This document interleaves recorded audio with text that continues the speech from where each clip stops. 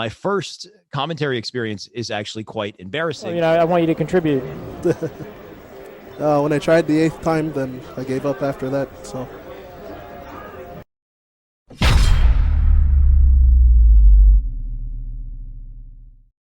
Hello, everybody, and welcome back to the latest episode of the Divine Mind podcast. My name is Liam or Hydrisney Keneally, and today I have Alex Shyway Hope for you.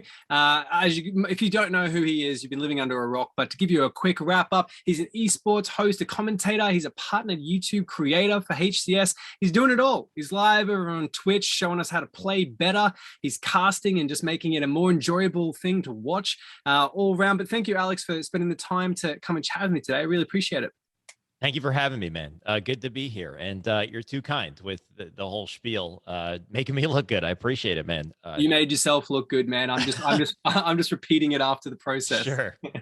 But it's going to be great to chat with Shyway today. I've been a fan of yours now for a number of years, and just seeing the love that you're getting on your YouTube content now, being able to see the journey that you've had through casting, all of it's been a fantastic process to watch, and being able to have a bit of a conversation with you now and see a little bit more of the background of it, I'm just going to find that so interesting. So I want to kind of get started like back at the start, like when you were a kid, were you a gamer back then as well? Definitely. Well, I've been a gamer my whole life, for sure. I don't know what age I started. I think my earliest gaming memory would have been on the I don't know why, but the portable Samsung. No, not Samsung. Was it a Sony? The PSP? No. Like way back, one of the first ever portable consoles, and there was a Dolphin game on it. What was it? Was it a Sega? It was a portable Sega. Okay, yeah. That's what it was. And there was a Dolphin game on there, and I remember playing it like in my bed till like the crack of dawn. My cousin had it. My cousin had all the video games growing up. So it was just, whatever I could get my hands on, I would play. It was Super Nintendo, Sega Dreamcast. Wow. Up until the point I got an N64, and then that was it. The story, I guess, begins there. I was 7 years old when that happened. Yeah. I think we're pretty much the same age, aren't we? I'm 28. 29. 29, yeah. So we had that same kind of era, right? That era of gaming. Kids. Yeah, yeah, exactly. And also, I that's pretty much exactly the same thing for me. I had a Game Boy first, and then my cousin had all the games. He had a Super Nintendo. He got a Nintendo 64, passed that on to us, then and we just kept going from there until I got old enough to be able to pay for and buy my own things. Yeah. There's always either that one cousin or that one friend. It was my cousin in the early years that always that one cousin who's very spoiled, who gets all the video games. And then later, when I was about, I want to say 10 or 12, I had a good buddy who introduced me to Halo, who introduced me to Gears of War, Smash Bros. Some of my favorite games today was because I got to go play them at this friend's house. Yeah. How old were you when you first were introduced to the Halo series? It would have been, I want to say 2002 or something, and I would have been a child. I want to say like between 10 to 12. Yeah. Not going to do the maths on it, but yeah. Yeah, fair enough. But a young kid, and we played co-op campaign on the Cartographer, and the shit blew my mind. Yeah. I thought it was incredible. That feeling the first time when you experience Halo, like especially back then, is just incredible. And is it right to say that you kind of played campaign first for a little bit, and then eventually later moved into playing online? It wasn't something you had straight away? It took me a while to actually get to online multiplayer for Halo. I played campaign for Halo 1 almost exclusively because I could only go to this guy's house to play it, and then he would have these LAN parties in his basement for Halo 2. Some of my best memories, by the way. We would get like 4 consoles and our own personal kind of CRT per team, so there was no actual screen looking, which was just incredible at the time. Yeah. And so that was my Halo 2 multiplayer memories. Because of those experiences, I went out of my way to buy a secondhand Xbox. It was the Crystal Xbox, and it had like a crack down the center of it. But I needed to get my hands on an Xbox, so I got that with Halo 2. And then my brother and I would play co-op campaign just over and over. No online multiplayer. We didn't have access, or we never figured it out. And then down the line with the 360 was the first time I guess I would have played online. That would have been Halo 3. Yeah. Halo 3 was the first online experience for me as well. And isn't it just mind-blowing? Do you remember your first online game, like when you played somebody else? For Halo? No, definitely not. I do remember playing a shit ton of social, like BTB and like Valhalla. Oh, yeah. Just trying to get BR starts wherever I could. Team doubles, Halo 2 was some great memories with my brother. Yeah, just anything I could play. I was definitely a casual with Halo for a long time, though. I think Halo 5 was the only Halo game that turned me from more of a casual Halo fan to a full-on sweat. Like I learned everything with H5, I'll say. Yeah, yeah. Well, so you weren't playing like the competitive side of like Halo 3 at all? I So a lot of people kind of that was the jam, right? Yeah, oh, for sure. And like I recognized that there was a popularity there, and I saw a bunch of the YouTube videos, like the straight ripping montages and whatnot.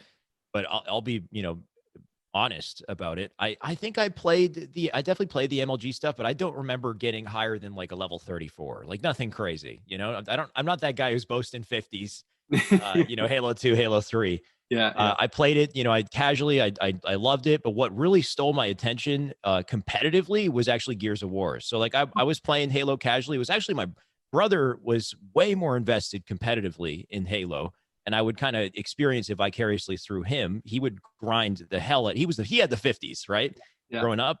For me though, it was Gears of War. I played a hell of a lot of Gears 1, 2, and 3 before switching to H5. Do you remember how you got into Gears of War in the competitive scene? Because there's a few people I've spoken to now that Gears of War was their introduction to it all. Yeah, so I didn't go to tournaments. I'd never been to a LAN for it, but I was like a clan kid. Like myself and a bunch of friends, we started a clan. We're at the top of the leaderboards. We'd do like clan matches and stuff. I did maybe a little bit of game battles, but I mean, the first Gears kind of sucked me in for sure. I think the gameplay in the first Gears was so unique. There was nothing like it. You had the chainsaw too, and you're like the visceral aspect of it. I couldn't stop playing. Yeah. But then it was Gears 2 that I got really sweaty because Gears 2 had the wall bounce cancel. That's when they introduced the fact that you could slide to the wall and cancel it halfway, and that's when the movement got kind of crazy. And Gears 3, I took it to a whole new level. And low key, and I blocked all these YouTube videos so nobody can see them. But my YouTube goes way back. I have really old Gears of War 3 commentaries that I attempted with like a horrible budget setup, and they're hard to watch, but they're still archived. I got them back there. Yeah. I'd love to watch. You don't want to see it. Man. It's so funny. It's so funny you mentioned that though, because it's one of the things that when I have young kids reach out to me and say, "Hey, I want to get into content creating and I want to do this type of stuff," one of the things I encourage them to do is to go to people who they admire, like current content creators that have been at it for a long time. Yeah, and go back, right? You know who's really good for that? Ubernick. If you go and you look at Ubernick's channel and you go back like 6 years, you get to see some great, like terrible but great stuff. And it shows you where you kind of come from. And actually, I started my own personal YouTube channel in like 2008 or something, and I had to do the same. There was a bunch of commentaries where I was just trying so hard to be cool, and like I had to get rid of them. So I completely get you on that as well. But it's funny because you said something there about Gears 2 and about the movement side of things being what kind of really got you into it. Has that movement mechanic in games always been something that's kind of drawn you to them? Yeah, so it's not even necessarily just movement. It's just movement is where you see it the most. But I like games with mechanics, like deep mechanics. I'm a tech skill fiend. So there's Gears that had the movement, had the wall bouncing. But what I was more into as a kid probably was Smash Melee. Smash Bros. Melee is ridiculously technical. Like it's famous for it. I spent a good chunk of my childhood on my own in training mode, grinding wave shine, like drill shine combos with Fox over and over and over again until I was crazy technical. And it was only till like 2014 that I actually considered taking all that grind time and trying to play in like LANs and competing with people. Realized like people would watch me play and be like, holy crap, this guy's insanely technical, but I had no mental game whatsoever. So I would do all this ridiculous shit when all I needed to do was something simple. But yeah, just something about mechanics is always, there's this gratification that I get from mastering it. There's a very clear route to mastery on it. Like, it's like, okay, this is how the technique works. Okay, now hit it consistently, hit it more quickly. And how can you link them all together, as opposed to, I guess, the other kind of pressures that come with a competitive environment and the randomness or the fighting someone else, whatever it is. I kind of treated my gaming experience like my music, because I grew up with a lot of music, and I would practice saxophone and drums, and the process that I went through was very similar with gaming, and I got the same kind of gratification from it. Yeah, music element side of things, I love to talk about this because we've had plenty of guests on now. Ghost, Anthony, guys that also enjoy playing music. Is it something that you still do, or was it just something growing up that you kind of had to do? I still play drums, so I'm definitely I still love music, and I would play. Okay. So I was raised, or I don't know if it's raised, but so it was grade 6. I discovered the saxophone. We had to pick a music instrument. I picked the saxophone. It turns out randomly I had a knack for it, so my parents got me super invested in it. I went to an art school for high school. I was playing at rehearsals every single day in jazz bands and jazz combos. So I was very heavily trained in saxophone. I even did take that into not like a career, but I would do gigs on the side. I would do these little I had a girlfriend, an ex-girlfriend who would do wine tastings, and I would take a gig myself and a few friends. We would we'd perform at the wine tastings. That's awesome. Anyway, not to go all the way into the weeds here, but I have a genuine interest in music. I was trained on saxophone, still play drums. Haven't touched my sax in years, but I would like to pick it up again at some point. Yeah, and I'm always curious about this because I have no musical capability whatsoever, but I love drawing and painting and that type of thing. Nice. And I get a very similar kind of relief or like expression when I finish or I nail something that like artistically as Right. I do when I'm grinding a computer game and I get that either it's a mechanic I've been practicing or a rank that I've been aiming for or a clip that I've been trying to hit. Is it the same thing for you, or is it kind of a totally different? Yeah, no, it's almost exactly the same. It's that process that you go through holding a controller and learning the best way to hold it or the best way to hit the button so that you can hit it as fast as possible, as consistently as possible. It's the same with the drums, like slightly modifying your stick technique so that you can more effortlessly and more quickly hit a roll or hit, paradiddle, whatever you're trying to do. Those processes carry over in the same way. The difference with, I guess, gaming is it's very fluid. Once Yeah. you get into multiplayer, it's competitive. There's a lot going on, and being able to kind of micromanage and apply those techniques, but also, not in certain situations. There's a mental side to it. Yeah. Music is just pure expression. It's like I can take that mechanical grinding and just kind of create whatever I want with it, that's the big difference that I like for sure. 100%. I think in both aspects, you kind of still have that element of that flow kind of zone. You know what I Yes. mean? When Oh, you get into definitely. Flow state. yeah, And, yeah, and that's something I definitely swear by that. I think that the best, most creative, most incredible work that you're going to make is going to come out of a flow state, but achieving flow state is not easy to do. It's a variety of ways. Yeah. yeah, yeah. We won't talk too much about that because we can pass people on to some other videos to watch for it because that is Maybe. a super detailed Sure. thing to go into. And if you haven't watched it, I think you've got a few videos where you're talking about the flow state as well, don't you? I don't, but I should make one. Yeah, My worry is, and not to get like, I don't know how open we could be on here, as open as you want. but I've experienced flow state in many ways. I've also experienced flow state, well, stoned, Yeah, smoking weed, which is legal here in Toronto, Canada, by the way. that's where I am. But right. Oh, you're in Toronto? Yep. Oh, okay. Amazing. I figured you'd be like across the world somewhere. I know, but no, I'm closer than you think. Okay, that's awesome to hear. Yeah, so it's legal here, but the last thing I want to do is recommend it to someone because the experience varies from person to person, but I have achieved flow state like that. And I think these are different kind of experimental ways to understand, what you're capable of when you are full focused and then try to apply that, in all aspects of your gaming, Yeah. outside of flow state. Yeah, yeah, and I think, but it's a really cool thing because I first time I experienced it was swimming, so it was like athletically, Nice. and it was induced by just constant repetition. That's how I kind of Yeah. get there. I need to push through the like lethargy and the apathy of like grinding something, and when I get to the other side and I'm not even quite thinking about it, but I'm still a part of it, I kind of get to this point where I can remind myself, okay, hang on, now you're trying to do this. And I've got that. All I'm doing thinking about is that, I know that's how I get there. But it's a really cool thing because most people that haven't experienced it don't know exactly the difference, right? Yeah, that's a good point that you brought up, though, in that it has to be muscle memory. It has to be something that you're so comfortable doing that there's nothing inhibiting you from getting fully focused and immersed in what you're doing.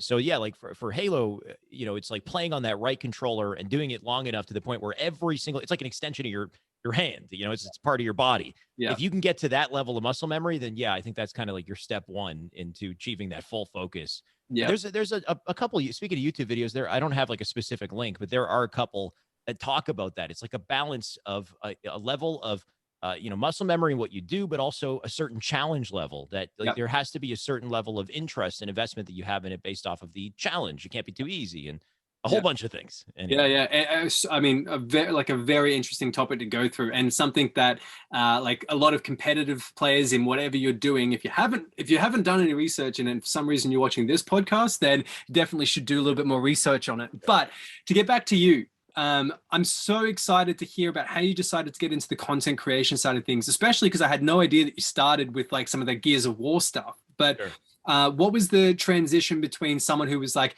enjoying the Smash side of things, being really technical, and then creating content as well? So, I experimented with content for a while. I think the transition happened with a mindset shift in university. So it was towards the end of my university career. So I was there for a 4-year term. I was I finished first semester of fourth year. All I had was one semester left, but I had no freaking idea what I wanted to do with my future outside, like after university. I was kind of just going through the motions of it, doing what I had to do to get like a decent mark. Had a girlfriend at the time too, so everything was very comfortable. All of a sudden, that bubble kind of burst. My girlfriend had dumped me. She had, she found. I won't get too into it, but she just was very invested in what she was doing. It didn't see the same from myself. Anyway, it just kind of burst my bubble, and it made me look at myself and say, "Shit, like what am I doing? I've got no focus. I got no future here." I decided what I wanted was to focus on public speaking. I feel like I'm butchering this story right now. So I love it. Keep going. I've always had an interest in public speaking and communicating. It's kind of similar to music and performance. So I said, screw it. Like, I'm going to put all my investment, my focus into trying to be a better communicator, speaker. So with that last semester, I joined all these student groups. I joined a speech and debate association. I joined this business student group, everything I could to just kind of meet people and to get experience. And it helped me so much. I'll kind of just fast forward through it. I picked up a just quick question. Did they make you do the whole talking with a pencil in your mouth thing when you were doing the debating? No, I didn't do that. Debating is, I will say, by the way, if you want to very quickly get good at communicating, like try competitive debate, because my God, you have like a 7-minute window to learn a shit ton of information and know it like it's the back of your hand, and then be able to argue and refute someone constantly throughout and mean it. So there's an acting process to it. Yeah. Very difficult, but I learned a lot doing that. And I met some very inspirational people along the way who very quickly kind of crash coursed me into this whole, background that I have. Anyway, once I had kind of picked up the public speaking skills, I realized, shit, I do want to invest my time in gaming, because I had actually taken a break from all the gaming stuff to focus on this. I realized, this was all I was doing was gaming and smoking a lot of pot, and didn't have any ambitions. I dropped all of that to pursue these groups. Ended up staying in university for an extra 2 years because of that as well, picking up a double major and picking up all these public speaking skills before finally realizing that what I really wanted to do was in gaming. So I kind of came back to it with some experience, with a bit of a goal in mind, and that led to voluntary initiative. Like, that led to a bunch of local stuff in Toronto. I started with Smash. I jumped into working for a variety of different companies in esports before eventually I landed on breaking down video games, or I'm butchering this story. I'm sorry, guys. But Halo came into the picture. I want to say it like set 2017. Yeah. When I finally realized, okay, I've got a knack for what I do. Let me try to apply it to YouTube once again. Yeah, yeah. I don't know why you think you were butchering that. That was because I don't want to drone, first of all. So I'm like micromanaging myself as I say it. And then I'm like, oh, but I skipped stuff. So I want to go back, but I don't want to get. I'm gonna drag you back to stuff. Like Sure. The next question I already wanted to ask you about is what you were actually studying at university, because I'm interested. Sure. Well, I was studying entrepreneurship. So I was in the business. This was Ryerson University. I'm not sure if they still call it that, but business management, and then entrepreneurship was my major, mainly because it was very flexible. It's kind of just like, take whatever you're interested in and make a business, make a career out of it. Yeah. I had almost finished that when I decided to join these groups, and then did get the diploma or get the degree there, but decided to stick around for marketing as well. So I did a double major in marketing entrepreneurship. And how do you think those two things, especially the marketing side of things, how did they help you at all with actually marketing yourself and having a business based around, building your own brand? So there are definitely skills that you pick up through the classroom, through studying, that can be applied IRL. But I think the my biggest recommendation from university was the student groups, the hands-on experience that I got. It wasn't just the student groups, but there was also, and Ryerson conveniently has this, not maybe not every university will have it, but an incubator, like a startup incubator where you have like a variety of startup companies and you can work for them, volunteer, take a part-time position. Those types of experiences, I think, will teach you like tenfold. You'll get, hands-on experience, you get networking, you'll get confident because you're in the real world with it. So it was those two things. It was the student groups, it was joining startups, and then whatever came from that really kind of built me up. Yeah. And so when you said you went into doing just kind of, a few kind of gigs, jumping into it here, like locally in Toronto. Yeah. What were they about? Were they like jumping into, like we had Rods from Landlord Gaming as one of our first guys on, and they had a small space where they had Super Smash Bros. Comps and that type of things in downtown Toronto. Was it going and hosting those type of things? Were you competing? Like what was that kind of story? For the record, I think I've been to a Landlord event before. Yeah, they do. So they'll do lands. Okay, so what it was Smash Bros. First, because the Smash Bros. Melee community has a very, like a pretty healthy, or did have a very healthy local community. Mm-hmm. I was first introduced to it through Ryerson. So there was a gaming student group in Ryerson that had a whole Smash setup. And then from there, I went to this local bar. And at the local bar, was a tournament and a commentary station. And the commentary station was just completely open. It was just like whoever wants to sit down and cast. They had no dedicated casters. It was very casual. So I sat down and I decided to commentate. My first commentary experience is actually quite embarrassing, and it's on the internet. And I don't know why I'm bringing this up and trying to find it now. Anyway, do you know who GR Smash is? He's Yeah, I don't. But we're gonna have to see this video now. No, we won't see it now. But I can even try to direct people to it. Basically, link it to me, and I'll put it in post production. Maybe. Okay, yeah, I could do that separate. I mean, fuck, I don't want to show people, but it's all part of getting to know you more, man. Hey, man, Ryan Ford. Yeah. Is everything good? Was I talking over you? Is that? My bad, man. I'm sorry. Please, take over. You want me to get off, or? No. I'm sorry. I guess I was into it. I was talking too much. Was I competing with you? Keep going. No, man. Seriously, because that's not how I roll. I don't want to overtake. It's okay. I'm not mad or anything. Just keep going. Well, I want you to contribute. When I tried the 8th time, then I gave up after that. So you can keep going. Obviously at this point, I'm not going to do that. That doesn't seem fair. Here's the thing. I fucked up completely. I'm sorry, man. I interrupted you consistently. I didn't even realize I was doing it. To be honest, my mind was wrapped up in the game. I'm also stoned. I know. So. My apologies if I did that. Please, by all means, if I interrupt you one more time, then I'll get up, I'll go. It's okay. I'm going to go after the set anyway, so.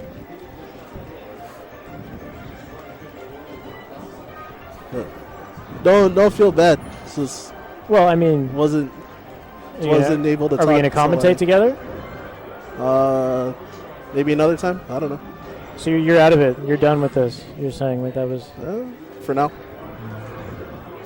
Sorry, guys. That's a fun conversation to have in the chat. Okay. Yeah, I was just waiting for the set to end, and then I was going to say that I was going to leave, but feels bad to talk about during the match, but then I wasn't able to talk during the match, so couldn't do either one.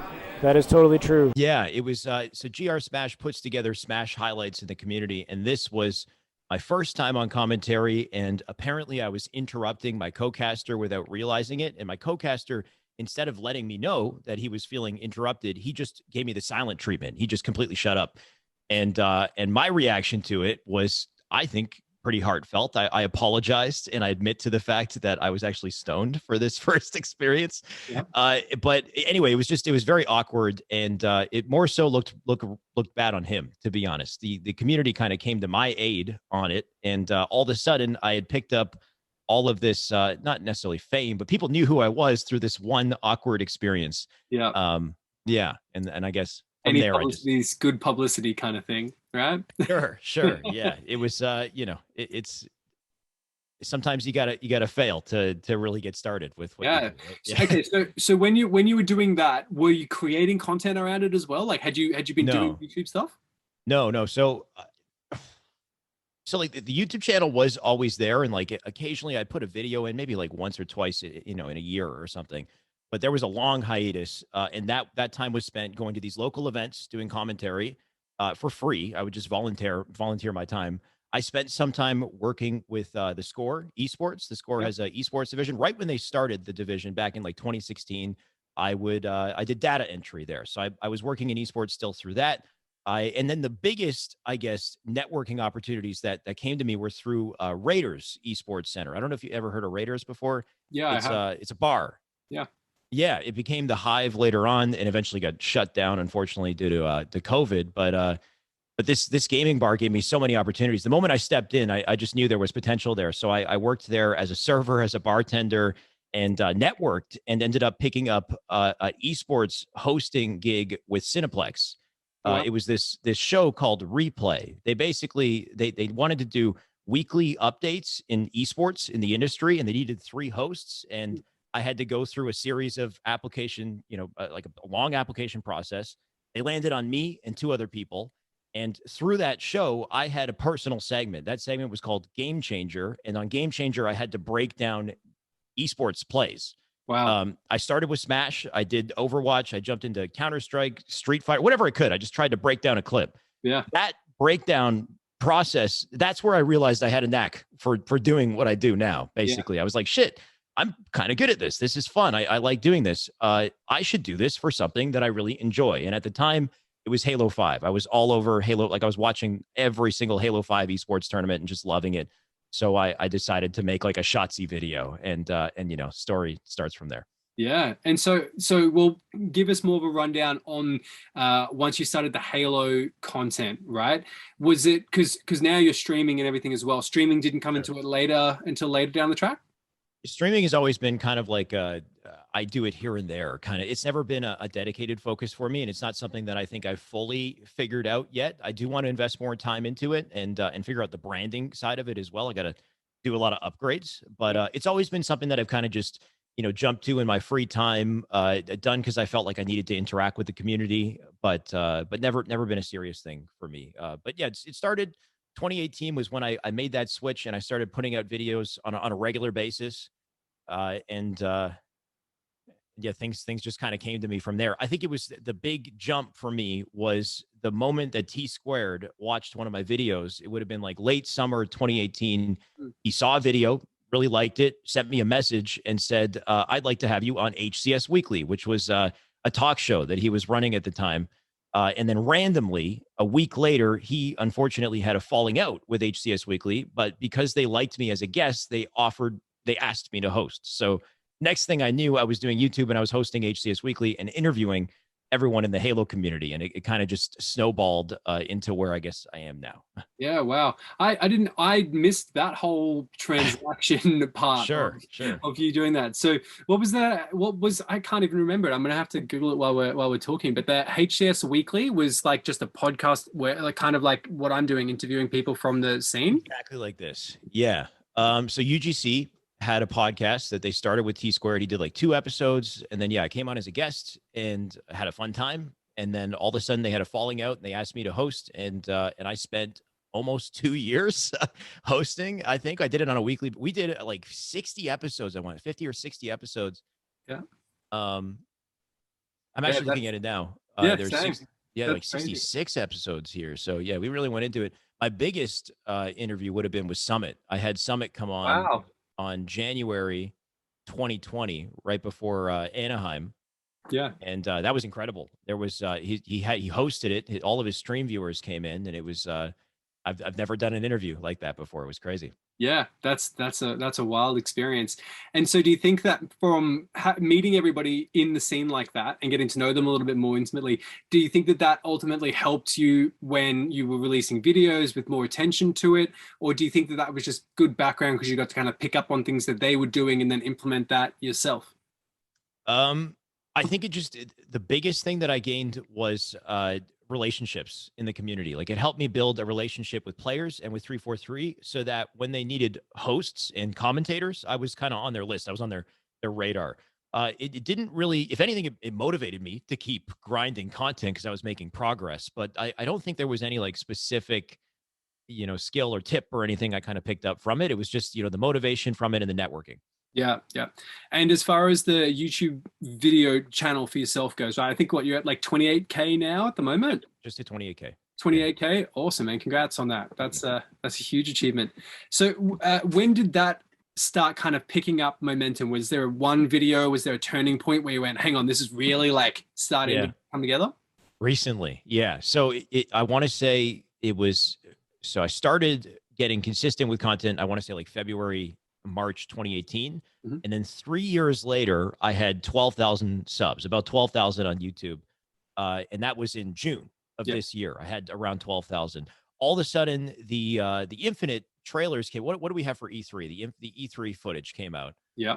And I reacted to it on a live stream and I got all these views. Next thing I knew, there was 40,000 plus viewers on my reaction to the trailer. And I kind of just made videos from that. So I've more than doubled my audience from last June to now. And it took me 3 years of nonstop grinding to get to that 12K to begin with. So really the timing is a big part of it.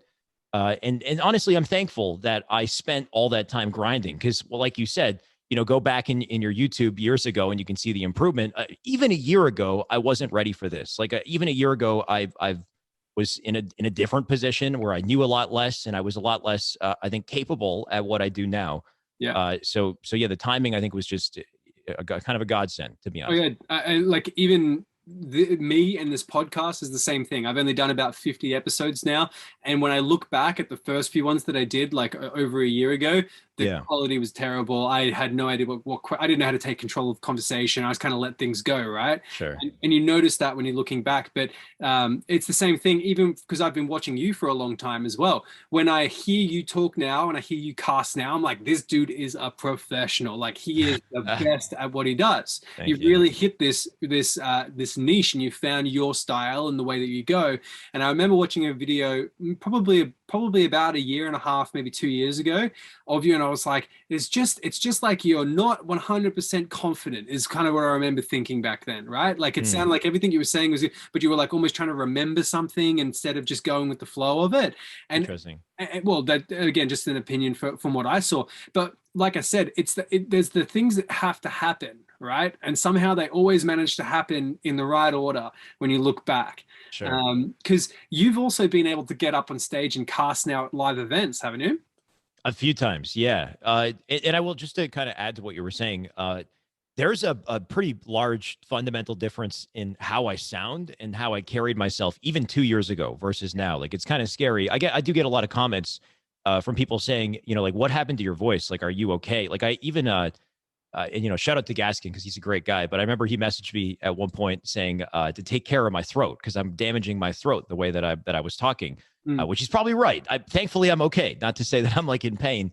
But if you listen to my voice 2 years ago and now, I have dropped like, maybe not like octaves, but it's a fundamentally different sound coming out of me. Yeah. And I guess it's just something that I've kind of subconsciously worked towards to get there, to polish. So it's something that you did like on purpose.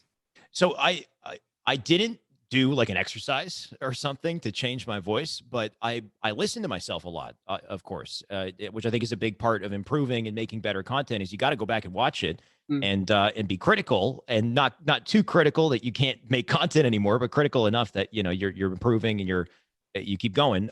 So I think it's just the process of listening to myself and kind of thinking about how I want to sound, where I want to go, and just constant repetition. And things just naturally changing. And the next thing I know, I'm a different person, different sounding person. Yeah. Wow. And I think that's something that comes from when you kind of set your mind to improving at something. Sure. Your whole body is like on board with that same process, right? And it's trying to figure out the best way to do it. But so you were saying I did events as well. So yeah, I had gone to a few lands, and I think I was just starting to get in a roll, and then COVID hit in 2020. So my last land would have been but like January or February 2020, the Yeah. Anaheim event, which was the last Halo LAN we had. Yeah. Yeah. Yeah. Wow. What was which was the first one? When was that? My first, and this was the beauty of UGC as well. So my first casting gig was with UGC, or I guess outside of, okay, so 2018 EGLX in Toronto, I did a commentary gig. I actually did it with Walshy, Wonderboy, and Nighty Night. That was my first ever casting, which was pretty cool. And then would have been over a year later. UGC invited me to HCS Atlantic City. So that's the first. It was 2018. That was the first Halo event I went to outside of Toronto. And then the first Halo event I worked would have been in 2019, early, like January, the Halo Classic through UGC as well. So UGC, not only was I hosting their talk show, but they were giving me all these really cool opportunities just from working together. So, man, what an opportunity, right? And how was it for the first time that you kind of went from being in front of a camera and recording something to being in front of like an audience, but also doing something that's like live and, you know, people's reaction, you kind of gauge it straight away? Yeah, I love it. I prefer it. It's honestly my dream, dude. Yeah. It's like there are a few moments in my life where I feel like I am in the exact right place at the right time, and everything, like I'm on my path, if that makes sense. And when I'm on the stage and I'm in front of an audience and I get them all hyped up and they're screaming, and you know, the more the merrier. Something about it just gives me energy, just makes me feel like I'm in the right place. I'm doing exactly what I'm supposed to be doing with myself. Yeah, I find that really interesting as well. Did you get nervous the first time, or was it from the beginning? Was it kind of like that where you were like, I definitely get nervous. I definitely get, but I try to turn the nervous energy into excitement, into I just, you know, I fight back. I say, you know, there's no freaking way. Nothing's going to stop me type kind of, you know, you give yourself a pep talk. yeah, So I try to turn it into energy. And it wasn't my first experience being on a camera, right? Because I had the Smash events, and I did eventually. I think I maybe did 1 or 2 paid gigs, but even in Toronto with Smash, like I've got old hosting footage of me up on the stage, you know, calling the top 8 up to stage and getting all, you know, hype and crazy about that, or the replay show that I did with Cineplex, like that was a 3-camera show. So I had like a center camera, my own camera, and there was one that was just kind of hitting me on the side profile, you know. So there was a learning process there. So I think I took some experience into that first gig. yeah. That said, I've learned quite a bit in a short period of time with those gigs, and even going from like the 2019 to January 2020, there was a big difference for sure. Yeah, yeah, excellent. Because I mean, I remember the first few times that I saw you casting like at a LAN, and it kind of, to me, because you know everyone looks like an overnight success, right? When you kind of see it, but when I saw you, that was like, geez, man, like how did he go from like, I'm watching these videos here, how is he? It was quick. Yeah. But it's you're someone that really deserves it, right? Like I was, again, when I saw you up there talking, I was like, you're like the energy that you've got in the way that you cast. And I say this to Tony all the time as well, that you two both have got a similar kind of energy that is, in my opinion, missing from a lot of other Halo casters, right?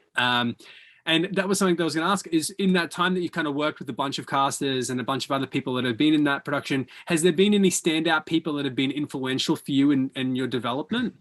And one thing, just to kind of speak to what's missing from other casters, I think the big difference with why Tony and I have that energy is because we're hungry, is because we're nearer to it, and because we joined the scene, the community later. I think a lot of these casters, they're battle hardened. They've been here for a while, right? They've been here for the ups and downs. I think Halo has been incredible, and then it friggin' took a nosedive, and you know it went through a rough period, especially with Halo 4. From what I hear, you know, it wasn't so great out there. So I think they got a lot of experience. I'm sure that's what probably changes energy levels.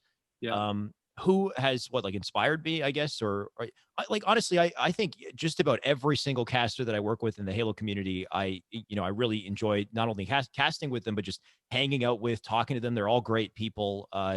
Just want to spend more time with them, to be honest. But just a few people that'll come to mind, like Walshy, of course, is an incredible guy. He's very humble, very inspirational. He's just really easy to talk to and very knowledgeable too. Like you can tell he understands the inner workings of, I mean, obviously he's a Halo pro, but there's just the way that he thinks about it and approaches it is something that I can really get behind, and I really enjoy.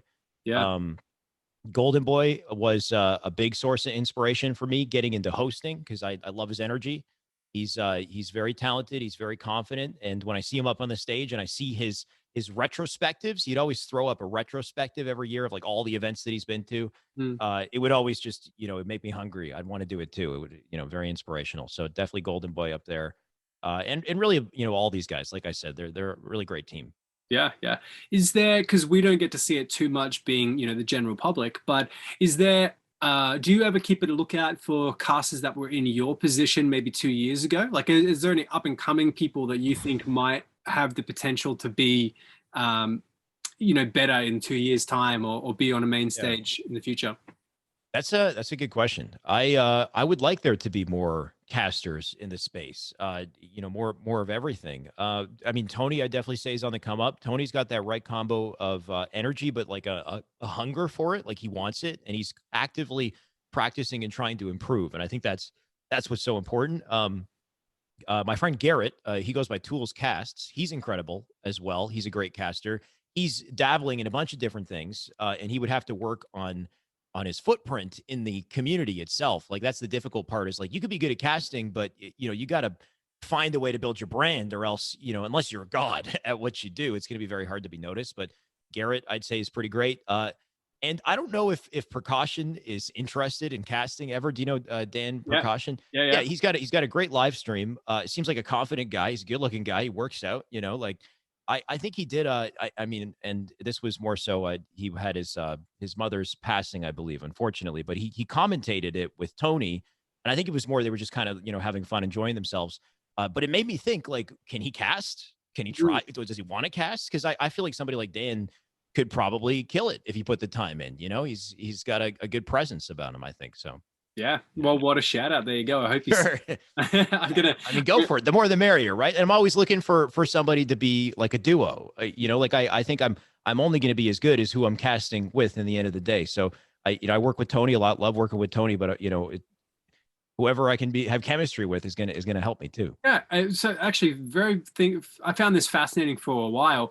And again, I might be out of place saying this, but I'm going to say it anyway. The first time I saw you and Tony cast together, I thought you guys were clashing a little bit. I was like, yeah, I was like, this is, yeah. It was like, you both had that passion. You're both really hungry for it. And it was kind of like, that kind of someone's in the limelight and then the other person's like, and it was kind of whatever. But from your perspective, what does someone who could be your go-to, your duo caster, what do you need from them? I don't know. That's a good question. Tony honestly does kind of bring a lot of what I need, to be frank about it. So Tony brings this like just raw energy. Like I don't get hype like he does. Yeah. I do get hype. I could definitely do that, but he's more that hype man. Mm-hmm. And I am very much like, I can get very into color. I can, be analytical and talk about, what went down in the play. So having that clash of somebody who's just going to get raw, just into it, kind of crazy, I think that's a good balance for sure. Mm-hmm. But it's not something I've thought about too deeply. So it's a good question. I mean, yeah, ideally somebody who balances me out. But I guess I won't really know till I find it, right? Yeah, fair enough. This is the one. Yeah. Like we had Active, if you know Active. Oh yeah, Active has a ton of potential, by the way. That's another good one. His voice. Incredible for casting. The man's got like an incredible caster voice, and I think it's more him just getting the reps in. But I could see him really shooting up there if he continues to work at it. Yeah, that might be the best episode for you to watch if you go and want to watch it. One of the episodes, after your own, obviously. But we talked about the casting side of things for him, and one of the things that I loved about Active's perspective was that he was really self-critical, but in a positive and progressive way. He was like, I've asked people for feedback, and this is the feedback I've gotten, and these are the things that I'm doing to improve it. And so I loved hearing that and seeing that from him, especially because just when you, like you said, when you hear him talking, you're like, this is a man that should be leading the people, Yeah, sure. Yeah. And that's actually a good example too. Like maybe like the type of hype and energy that Active brings with his casting, I think would work well with mine also. So yeah. Person to keep in mind. Yeah. Yeah. It's I think finding that balance. One of the things that he said was finding the balance a little bit more, so that not every moment is a hype moment. Yes, that's something that I've talked about with Tony as well. It's like those hype moments are gonna hit way harder if you have the variance, right? Yeah. If you can get quiet, if you can slow it down, and just and that time that you slow it down is time that you can focus on the sound of your voice, what you're saying. I don't know, there's always a skill gap in every little aspect of it. So yeah, you love those skill gaps. Hey, love the skill gaps. Yeah. From a gameplay perspective, more in Halo 5, what's been like your favorite movement mechanic to work on or create content around? I mean, it's probably gonna have to be either a slide or a spring jump, because that's what I'm most well known for. Spring jumping, I'd say, like 2018, 2019, that was my jam for sure. Spring jump, spring thrust, anything you could do out of a spring jump. And then that kind of became, everybody kind of knew the spring jump. And then 2020, 2021 was all about the ramp sliding. I think I took over. The crazy thing about slides in Halo 5 is they're still not being implemented. Like, there's still shit that you can do with the mechanics in that game that nobody uses in multiplayer. And mainly because there's other stuff you can do that's also powerful, but it's crazy the depth there. Like, every single ramp can be slid on in at least 4 or 5 different ways that have an impact on gameplay. That's insane to think about. And I know after watching your videos every now and again, I'm consciously thinking about it when I'm running around playing multiplayer, right? And there's been a few times where I've done something and been like, like, hang on, what? And then go back and try and recreate it, and then go, hang on, that makes a lot of sense. Especially with was it the map Eden, strongholds in Eden, like the ramps coming in and out of where like Invis and Overshield are. Right. I just remember one time sprinting to trying to get to Overshield, did not do it intentionally. Right. But I hit the angle of like the corner of the stairs. I'm trying to do this with my hands, right? And I hit like the middle of the corner and crouched and thrust, and it kind of like threw me like way past the overshield where I was trying shit. And I ended up behind the enemy team, but like, because I bounced off the wall, so I kind of went boom, boom, boom. Anyway, that's a long story for what I was trying to say. Is it was just from watching your videos and trying to be creative. That was a mistake that turned out to be something that there's no way I can replicate that again. That was an accident. Right? But it's one of those things that there's a, I've seen another thing as well that I don't know if you've covered, where 2 players can create like a pressure bounce together. Yeah. And so you can have someone that can kind of do it like a slide, and then the other person can kind of push them again afterwards. I've seen that happen a few times accidentally, and being like, wow, like imagine, there's so much more skill that can be implemented in this game. The way I see it is, if we were all robots, then Halo 5 would be a different game, right? So Melee, Smash Bros. Melee has something called TAS. It's called Tool Assisted Speedrun, where you can basically take the game and you can slow it down to each individual frame and perfectly input a sequence, a frame perfect sequence that's like robotic, that like there's no mistakes whatsoever. So what people do is they'll do like a TAS 0 to death combo, where they just like freaking destroy a computer or some character with frame perfect absolutely everything. In Halo 5, if you did that, then what you would get would be frame perfect player launch starting strats cross map, right? Because that time when that one guy accidentally thrusts off somebody like that, you can make that consistent. It's just the timing is ridiculous. It's so difficult to recreate. But yeah, I mean, if we had that kind of capability, then you could launch across a map. You could do ridiculous stuff that we've never seen on a consistent basis. Yeah, I always think about that whenever I see something like that happens kind of accidentally. I'm like, imagine if we got to a point where 2 players just went, all right, we're going to figure this out, so that every time the truth starts, they can fly out that door and land on Invis in like half a second. You know what I mean? Like, maybe. That'd be kind of crazy as like a 2s team, like just, between the 2 of you, you try to, launch. And the thing is though, like, and that's the beauty of Halo, is no matter how crazy your strat is, like if you don't perform it at the right time, in the right situation, you get destroyed, right? Because the time to kill ensures that you got to be hitting your shots throughout, or you got to melt that guy, or else it doesn't matter how fast you move. Like, you're just in a bad position and you're dead.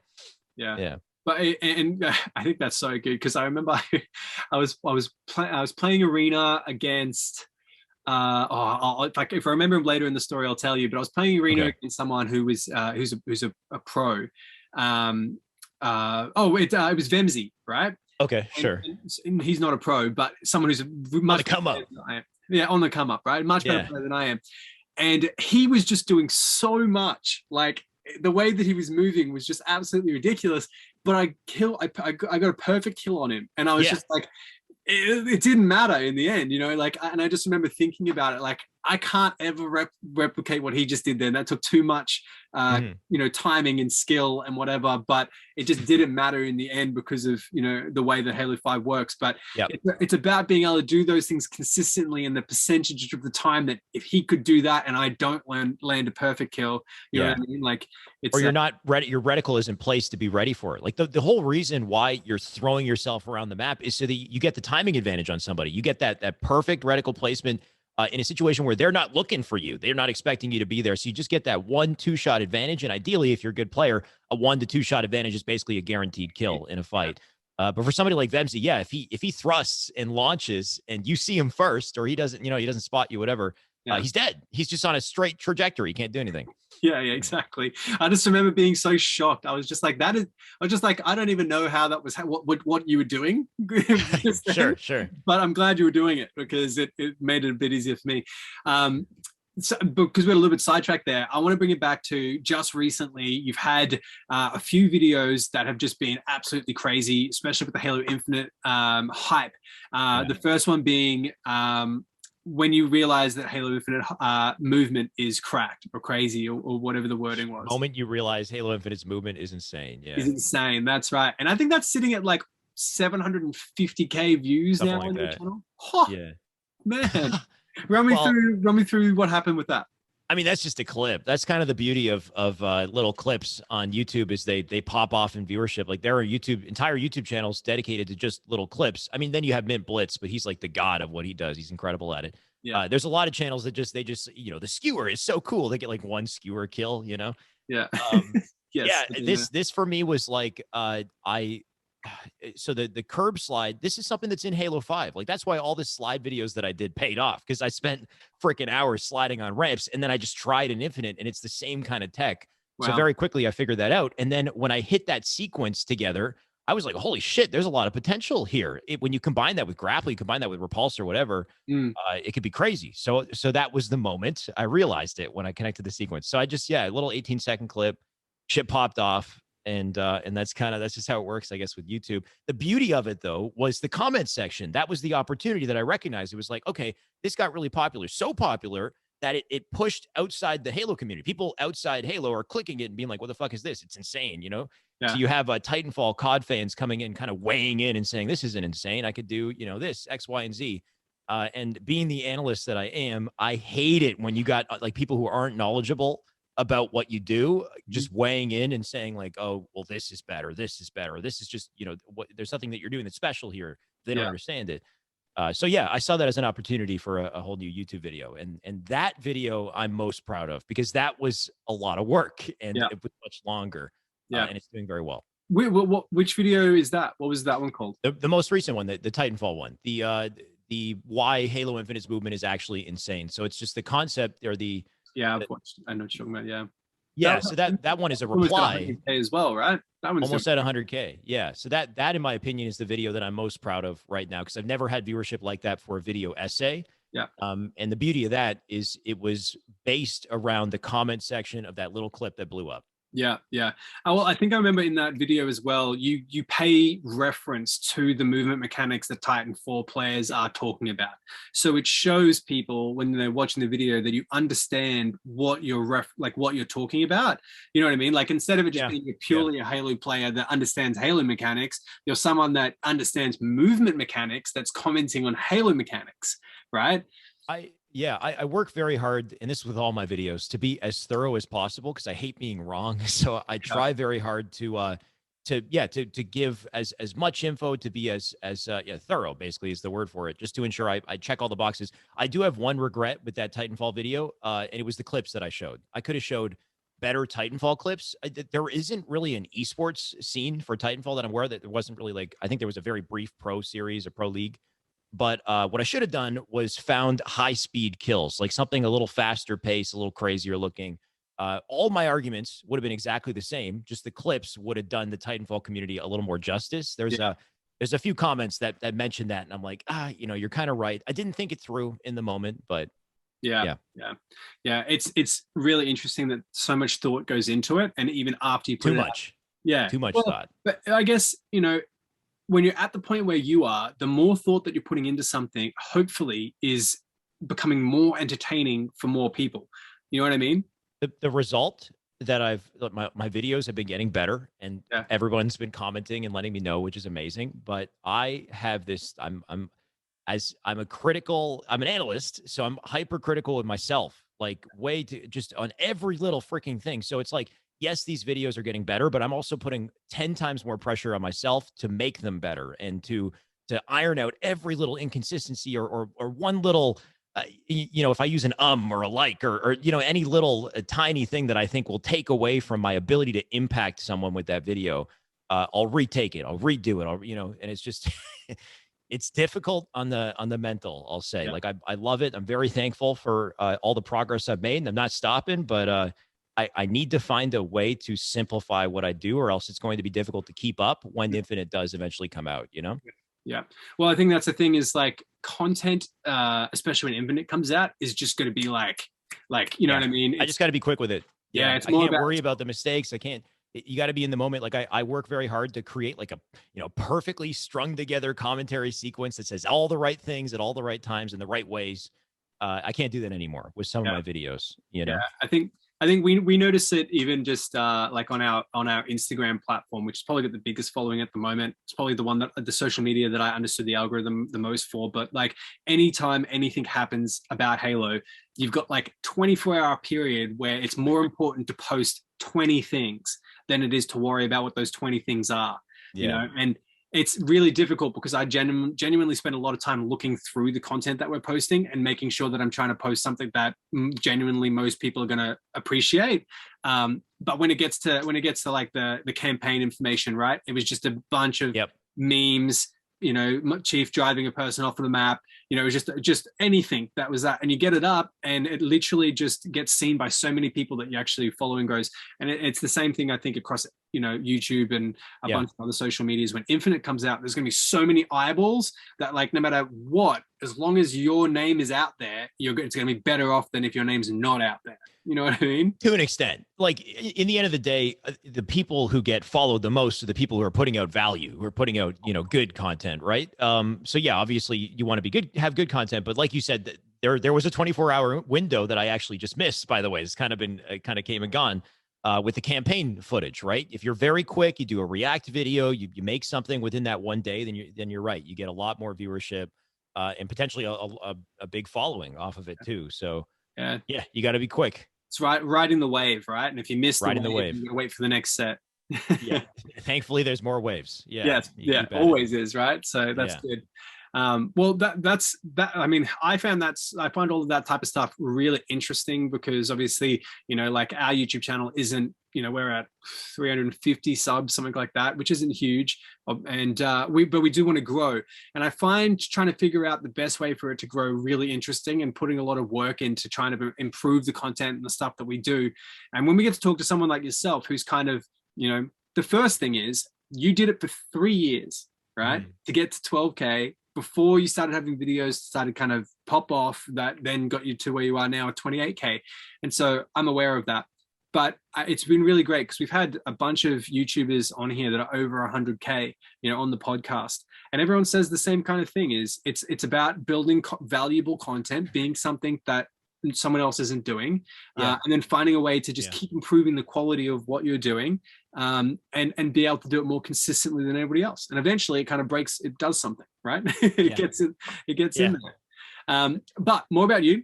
What's next for Alexander Hope? What are you going on to do leading into Infinite? How are you preparing for it? What's the plans for once it comes out? Oh shit. How am I preparing? I'm just trying to make as many banger videos as I can, as quickly as I can. I've taken a bit of a hiatus recently. I've just been going through a couple things with the family, but I do have another big project coming out soon where I'm breaking down all the esports settings. This is it's like a 25-minute video. I'm trying to get it shorter as possible, but it's a thorough video. So yeah, making content, continuing with that. Of course, I want to hit 50,000. I want to hit 100,000 subscribers. I want to continue to grow that platform. But a massive goal for me is working, is hosting, is commentating, is being an analyst. I want to be on the desk. I want to be a part of the casting team with 343. It's something that they are aware of, and it's something I've wanted for a while, and I've made strides towards. I've done gigs in the past, but Infinite is a whole new era, and there's a whole new kind of precedent. Like the events that I worked on were a lot smaller and less significant. This is different. There's big deal commentators who want opportunities. It's a bit of a red ocean. So obviously everything that I'm doing is to give myself a platform so that they can't ignore me, so that I can be on that desk and I can commentate. But that's the dream, is to juggle my content with actual hosting, casting, and then maybe someday, way in the future, I've got my own talk show for esports and for gaming celebrities. I would love, and this is it's a bit of a pipe dream, I would love to have a real studio talk show with a live audience and a band and couch chairs and the whole works. Yeah. Oh, that'd be incredible. And I think there's room for something like that with the amount of celebrities there is. Right? Yeah. Oh, for sure. I think it's inevitable that we're going to see stuff like that. Like you've got your Ellen, you've got your Jimmy Fallon today. Like there's going to be that, but for gaming, and there probably already is to an extent. Yeah. Maybe not in the same way that we're thinking about it, but I know it's a little more online for sure, but something about that live audience though, it's different. You get a different level of excitement, energy from it. I want those good vibes. it'd be very cool. It's something that it's funny that you even say that, because I had when I mentioned to someone that I was going to start doing this podcast, because again, I was trying to think of an idea that could help us stand out and be a bit different from everybody else that's trying to create Halo content right now. They said there's not even that many Halo creators, right? They were like, it's not gonna, it won't go anywhere because of whatever. We're at 50 episodes now, and then like the last few and now the next like 5 that I have booked are just getting bigger. Like we're just getting more and more people who love Halo, that put content out in the scene, that are wanting to come onto the podcast and that are able to have the conversation. And I just love that, especially about the Halo community, because there are so many people there, and there's so many people that aren't in the community active right now, but they were birthed here. You know what I mean? Yeah. They kind of started here and then they went into other directions. And I think that's a really beautiful thing about the Halo community. You don't really get from a lot of other communities, especially because people tend to die off, Yeah, that's I think you nailed it right there. Is current, like at the moment, I'd say there's kind of a select few content creators in Halo, not a ton of them, especially not in what I do in Halo Esports. There's not too many creators. But Halo as a brand, its recognition across the gaming industry is insane, right? There's so many massive gaming celebrities who love Halo, who grew up on Halo. So if, what I'm hoping is that they get inspired playing this game and that they want to make content, because that could completely change everything. Yeah. And actually, I value your opinion on this as well. We're just in the process of signing our HCS team, which will be all Australian to start off with. Actually, contract should be done on Monday, which is very exciting. But in the conversation we've been having with them, we've had to leave it a little bit open, because one of the things that I'm particularly hoping for with Halo Infinite is that we start seeing people come into this scene, maybe mouse and keyboard players from other games, maybe, content creators from other games that see the potential in Halo and especially can appreciate how competitive Halo can be.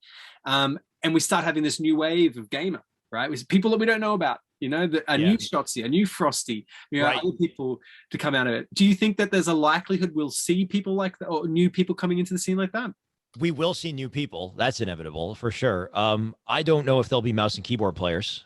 We'll see. I would like to see how this first tournament looks, the results of it, et cetera.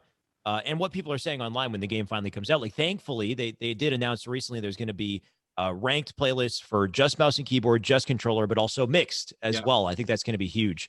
Just depending on what they're saying about it. And I'm hoping that there are mouse and keyboard players who, let's say they do feel that they're at a disadvantage. We all know that the skill ceiling, the potential for mouse and keyboard is higher, right? If you're cracked enough, you can do anything on there. So I'm hoping we get a few, esports pros or creators that stick with it early on and continue to grind and improve at it. Don't give up, early on. Because that kind of happened with Halo Reach with MCC. People gave up very quickly, and understandably, because the game, it wasn't as optimized, it wasn't as popular, all those things. Yeah.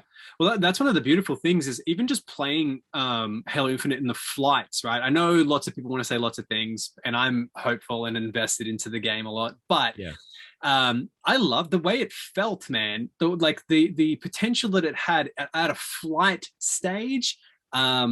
Just made me start feeling so much more optimistic than what I was for Halo 5, for Halo 4, for Halo Reach. You know what I mean? And it feels like if you come in to play it, you want to get better at it. You know what I mean? Yeah.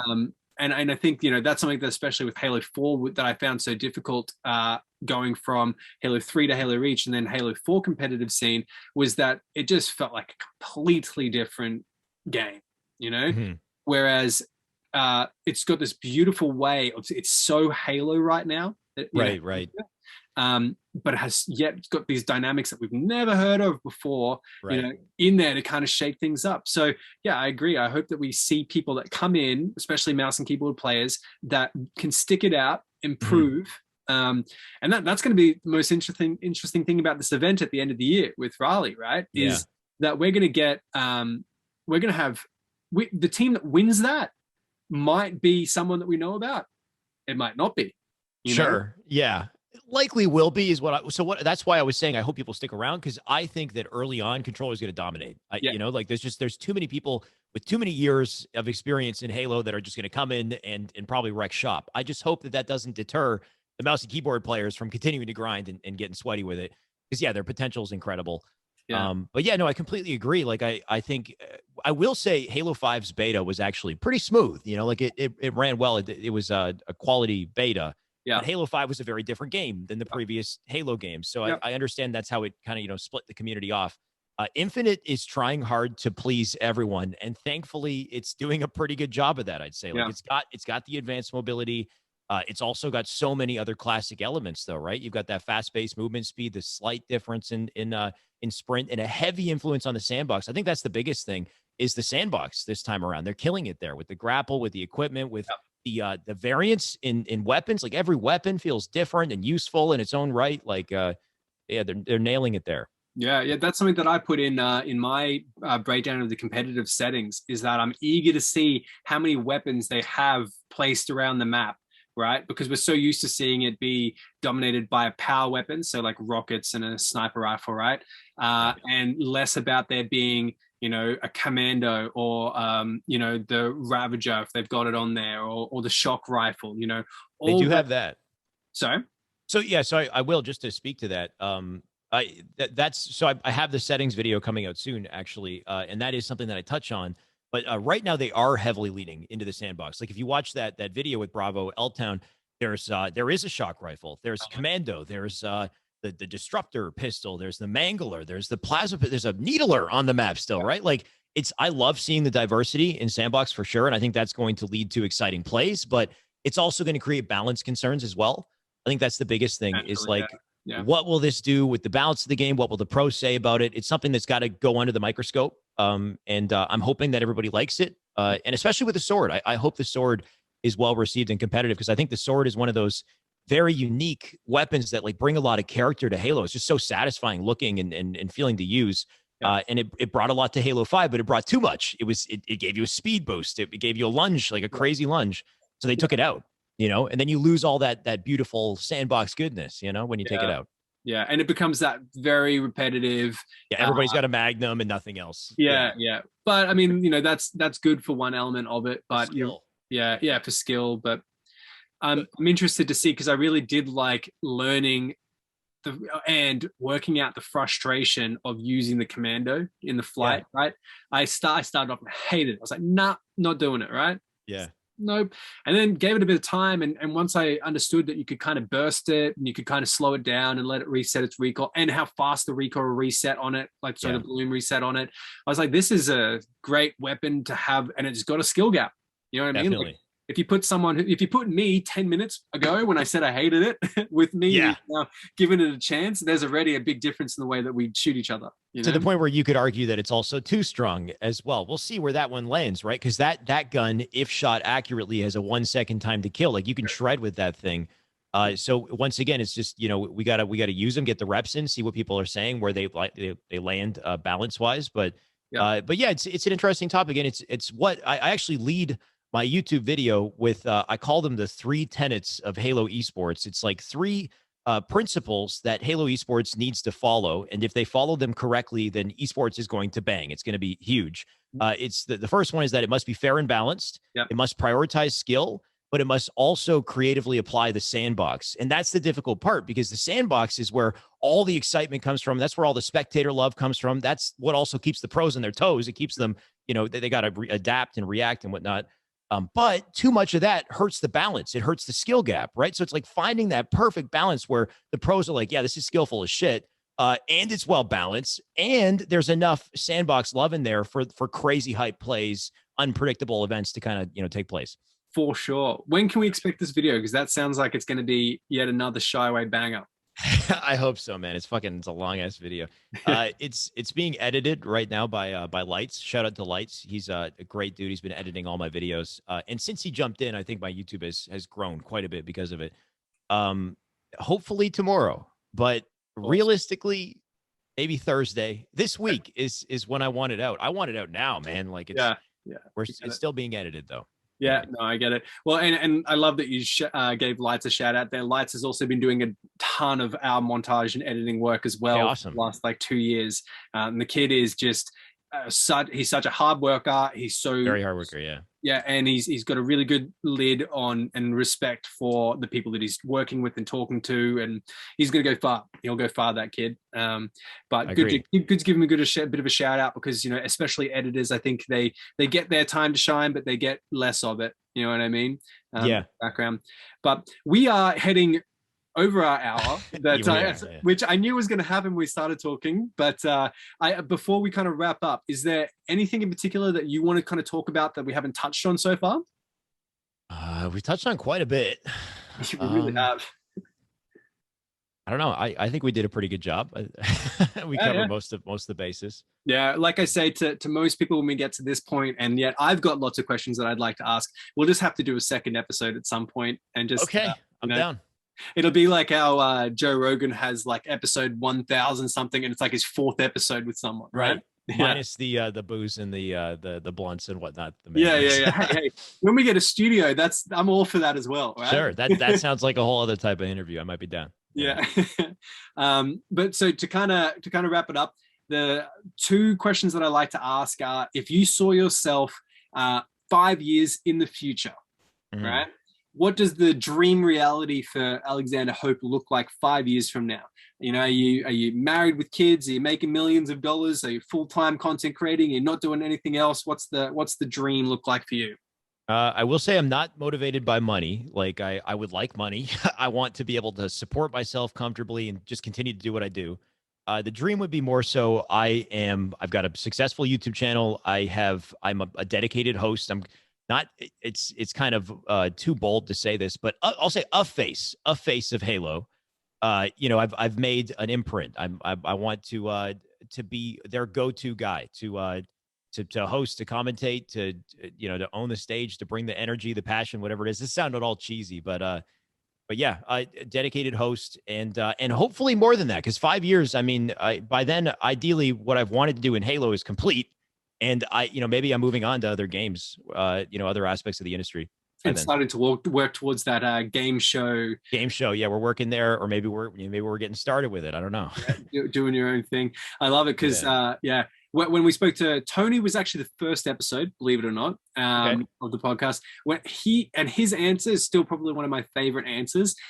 He said that 5 years from now, he'd really like to have like a thing where he could be looking after people in the community that kind of keeps them out of trouble but introduces them to gaming.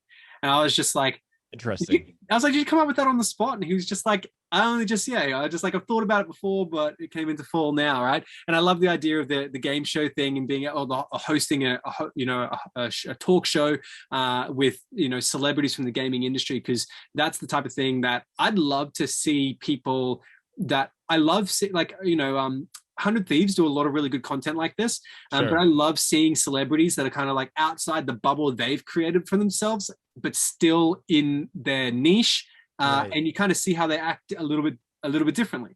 And I've always thought that's kind of good. The second question is, outside of the game, is there anything else aside from the music side of things that we should know about you? You're working full time. Are you just doing the content at the moment? What's important stuff to you? Not working full time at the moment. I want to fully invest in what I'm doing with the gaming, with the with YouTube, with casting, and just have that be my 100% my living. Music, I don't know. I would love to weave music into my career in some way, somehow. I'm not sure how, but I was thinking maybe I'd do like a drumming TikTok, or I just randomly upload myself playing drums on Twitter and just see what people think. Cool. Or I find a way to mix it into my stream. So, pull out a saxophone midstream, or make some, like, maybe not use actual drums, but find a way to make beats, create beats with like my keyboard or my table or, or some shit. Yeah. I would love to weave music into what I do in some way. Yeah. Yeah, that would be really cool. And I love it's something that I find very similarly with a lot of people that are musically inclined, is that they tend to be very passionate people, and music is one of those things, right? Like when you hit a music passion like on the head, right? It flows with enthusiasm and everything else. So if you can kind of put that in with all your other passions, it's just going to help, right? To keep exactly somehow mix it all together. Yeah. I get that. That's awesome. And then the last question, I obviously reached out to you just one-on-one, but generally I ask for you guys to think of someone who you could tag in to be on the next episode of the podcast, someone who is either a part of the esports community or the Halo community, that you think is valuable, and that if I had a conversation with them on the podcast, it'd be something that people would enjoy to listen to. I mean, there's so many valuable people in the community. I mean, any of the content, I'm sure you've already nailed some of them, right? Like Uber Nick or Reachway or Proximity or Stress is still grinding. You got anybody in the HCS grassroots, right? Like they're putting the work in. Lady Echidna as well. I could recommend so many people, man. Awesome. Okay. Well, there's a handful of them there. We've had a few of them on as well, but I'll leave it to you to, if you want to pick one of those guys. You don't have to do it right now, and then just let me know who they are. If you can make an introduction quickly, just so that it's not some random dude Liam from Divine Mind DMing you about being on the podcast, then just saying Liam's going to DM you will help. Okay. Yeah, and then I'll get them on, and we'll have them on a future episode as well. Sure. But I appreciate you spending so much time chatting with me today. It was awesome to get to know you as well.